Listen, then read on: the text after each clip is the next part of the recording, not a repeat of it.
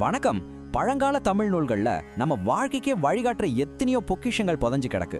வாங்க, நாம இன்னைக்கு அப்படி ஒரு அற்புதமான விஷயத்தை தான் தோண்டி எடுக்க போறோம். ஒரு நிமிஷம் யோசிச்சு பாருங்களேன். வாழ்க்கையோட மொத்த ரகசியத்தையும் அதோட அத்தனை சிக்கல்களையும் ஒரே ஒரு வரியில அடக்க முடியுமா? என்ன நினைக்கிறீங்க? கொஞ்சம் கஷ்டம்தான் இல்லையா? ஆனா பாருங்க, கிட்டத்தட்ட 1000 வருஷத்துக்கு முன்னாடி நம்ம ஔவையார்னு ஒரு புலவர் முடியும் அப்படின்னு சொல்லி அதை செஞ்சும் காட்டியிருக்கிறாங்க. ஆமாங்க, அதுதான் ஆத்திச்சூடி. ஒரு நிறைவான அர்த்தமுள்ள வாழ்க்கைக்கு தேவையான அத்தனை அறிவுரைகளும் அடங்கிய ஒரு சூப்பர் கைடு. சரி, வாங்க நாம நேரடியா விஷயத்துக்குள்ள போலாம். இன்னைக்கு நாம ஆத்திச்சூடியிலிருந்து தகர வர்க்கத்தை மட்டும் எடுத்து அதுல இருக்கிற 11 வைர வரிகளை ஆழமா பார்க்க போறோம். ஔவையாரோட ப்ளூ பிரிண்ட்ல முதல் படியே நமக்குள்ள நாம ஒரு வலுவான அடித்தளம் போடுறதுதான். அதாவது நம்ம குணத்தை எப்படி செதுக்கிறது, நம்மள நாம எப்படி ஒரு முழுமையான மனுஷனா மாத்திக்கிறதுன்னு தான் பார்க்க போறோம். முதல் மந்திரம் தக்கோன் என திரி. சிம்பிளா சொன்னா தகுதியான ஒரு நபரா நடந்துக்கங்கன்னு அர்த்தம். நீங்க செய்யற ஒவ்வொரு வேலையிலையும் பேசுற ஒவ்வொரு வார்த்தையிலையும் நேர்மை இருக்கணும். அப்பதான் மத்தவங்களுக்கு உங்க மேல ஒரு மரியாதை, ஒரு நம்பிக்கை வரும். அதுதான் தகுதியா இருக்கிறது. அடுத்து தானமது விரும்பு.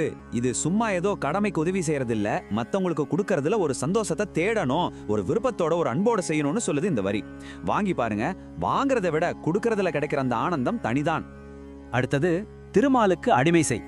இத நம்ம ஒரு குறிப்பிட்ட கடவுளோட மட்டும் சம்பந்தப்படுத்தி பார்க்க வேண்டியதில்லை. இதோட பரந்த அர்த்தம் என்னன்னா, உங்களை விட ஒரு பெரிய சக்தி இருக்கு, ஒரு உயரமான நோக்கம் இருக்குன்னு நம்பி அதுக்கு உங்களை அர்ப்பணிங்க. அந்த பக்தி தான் உங்களுக்கு ஒரு பெரிய பலத்தையும் சரியான பாதையும் காட்டும். அப்புறம் தீவினை அகற்று. ரொம்ப நேரடியான அறிவுரை. நம்ம கிட்ட இருக்கிற கெட்ட எண்ணங்களையும் சரி, கெட்ட பழக்கங்களையும் சரி வேரோட புடுங்கி எரியணும். இது ஒரே நாள்ல நடக்கிற மேஜிக் இல்ல. தினமும் நாம சுய பரிசோதனை செஞ்சு கொஞ்சம் கொஞ்சமா நம்மளை சுத்தப்படுத்திக்கிற ஒரு தொடர் பயணம். சரி, இப்போ நமக்குள்ள ஒரு நல்ல அடித்தளம் போட்டாச்சு. நம்ம குணம் இப்போ வலுவா இருக்கு. இந்த குணத்தை வச்சுக்கிட்டு இந்த உலகத்தோட, இந்த சமூகத்தோட எப்படி ஒன்றி வாழ்றது? வாங்க அடுத்த பகுதிக்கு போலாம். துன்பத்திற்கு இடம் கொடேல். வாழ்க்கையில கஷ்டங்கள் வராம இருக்காது, நிச்சயமா வரும். ஆனா அதுக்காக துவண்டு போய் முடங்கிடக்கூடாதுங்கிறது இந்த வரி. கஷ்டத்தை ஏத்துக்கோங்க, ஆனா அது உங்க மன உறுதியை உடைக்கவோ உங்க செயல்களை கட்டுப்படுத்தவோ இடம் கொடுக்காதீங்க. அடுத்து தூக்கி வினை செய். எந்த ஒரு செயலையும் செய்யறதுக்கு முன்னாடி நிதானமா யோசிச்சு செய்யணும். 3 ஸ்டெப் தான். முதல்ல இதை செஞ்சா என்ன விளைவு வரும்னு யோசிங்க. 2வது நம்ம கிட்ட என்னென்ன வழிகள் இருக்குன்னு பாருங்க. 3வது எது சரின்னு தோணுதோ அதை உறுதியா செய்யுங்க. அவசரத்துல எடுக்கிற முடிவுக்கு இது நேர் எதிர். தெய்வம் இகழேல். இதோட அர்த்தம் ரொம்ப ஆழமானது. மத்தவங்களோட நம்பிக்கையையும் சரி, அவங்க கும்பிடுற தெய்வத்தையும் சரி நாம ஒருபோதும் கேலி செய்யவோ இகழவோ கூடாது. அவங்க நம்பிக்கை அவங்களுக்கு, நம்ம நம்பிக்கை நமக்கு. இந்த மரியாதை தான் சமூக நல்லிணக்கத்துக்கு முதல் படி. அப்புறம் தேசத்தோடு ஒட்டி வாழ். நாம வாழ்ற நாட்டுக்கு, அதோட சட்டங்களுக்கு ஒரு நல்ல குடிமகனா மரியாதை கொடுத்து வாழணும். அந்த சமுதாயத்தோட வளர்ச்சிக்கு நம்மால முடிஞ்ச பங்களிப்பை செய்யணும். இது நம்மளோட கடமை இல்லையா? சரி, இப்போ நம்ம கடைசி பகுதிக்கு வந்துட்டோம். இது ரொம்பவே முக்கியமான பகுதி. நம்ம எதிர்கால பாதையில புத்திசாலித்தனமா எப்படி முடிவெடுக்கிறது, எந்தெந்த தவறுகளை செய்யவே கூடாதுன்னு ஔவையார் அடிக்கிற ஒரு வார்னிங் பெல் தான் இது. சரி, இப்போ அடுத்தது தையல் சொல் கேளேல். ஓகே, இத கேட்டதும் நமக்கு என்ன தோணும்? இது என்ன ஒரு ஆணாதிக்க கருத்தா இருக்கேன்னு தோணலாம், சரிதானே? ஆனா ஒரு நிமிஷம், அந்த கால சூழலை நாம புரிஞ்சுக்கணும். இதை தாண்டி ஔவையார் சொல்ல வர்ற ஆழமான கருத்து என்ன தெரியுமா? யார் ஆலோசனை சொன்னாலும் சரி, அதை அப்படியே எடுத்துக்காதீங்க. அந்த ஆலோசனைக்கு பின்னாடி இருக்கிற நோக்கம் என்ன, அதுல அறிவு இருக்கா இல்ல அறியாம இருக்கான்னு யோசிச்சு முடிவெடுங்க. பாருங்க, இவ்வளவு முக்கியமான ஒரு வாழ்க்கை பாடம் இதுல இருக்கு. அடுத்து தொன்மை மறவேல். நம்மளோட வேர்களை, நம்மளோட பாரம்பரியத்தை, வரலாற்றை நம்ம மறக்கவே கூடாது.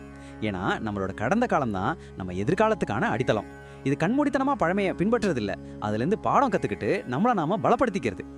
கடைசியா தோற்பன தொடரேல். அதாவது ஒரு விஷயம் தோல்வியில தான் முடிய போகுதுன்னு நல்லா தெரிஞ்ச பிறகும் அதுலயே தொங்கிக்கிட்டு இருக்காதீங்க. யோசிச்சு பாருங்க, இன்னைக்கு நாம சங்க் காஸ்ட் ஃபேலசி ஆன்னு சொல்ற ஒரு பெரிய சைக்காலஜி கான்செப்டை 1000 வருஷத்துக்கு முன்னாடியே ஔவையார் எவ்வளவு சிம்பிளா சொல்லிட்டாங்க. தோத்து போற ஒரு பயணத்தை தொடர்றதுல எந்த பிரயோஜனமும் இல்ல. சுருக்கமா சொல்லணும்னா ஔவையார் நமக்கு 3 தூண்களை காட்டுறாங்க. முதல் தூண் நம்மள நாம நேர்மையாவும் இரக்கத்தோடும் உருவாக்கிக்கிறது. 2வது தூண் உலகத்தோட பழகும்போது மன உறுதியோட, நிதானத்தோட, நல்லிணக்கத்தோட இருக்கிறது. 3வது தூண் எதிர்காலத்தை நோக்கி போகும்போது எதையும் ஆராய்ந்து பார்க்கறது, பாரம்பரியத்தை மதிக்கிறது, அப்புறம் தோத்து போற விஷயத்தை விட்டு விலகிறது. 1000 வருஷம் பழமையான இந்த அறிவுரைகள்ல இந்த ஒரு வரியில் அடங்கிய ஞானத்துல இன்னைக்கு இந்த நிமிஷம் உங்க வாழ்க்கைக்கு ரொம்ப அவசியமா தேவைப்படுற அறிவுரை எதுன்னு நீங்க நினைக்கிறீங்க? கொஞ்சம் யோசிச்சு பாருங்க. உங்க பதில் என்னவா இருக்கும்?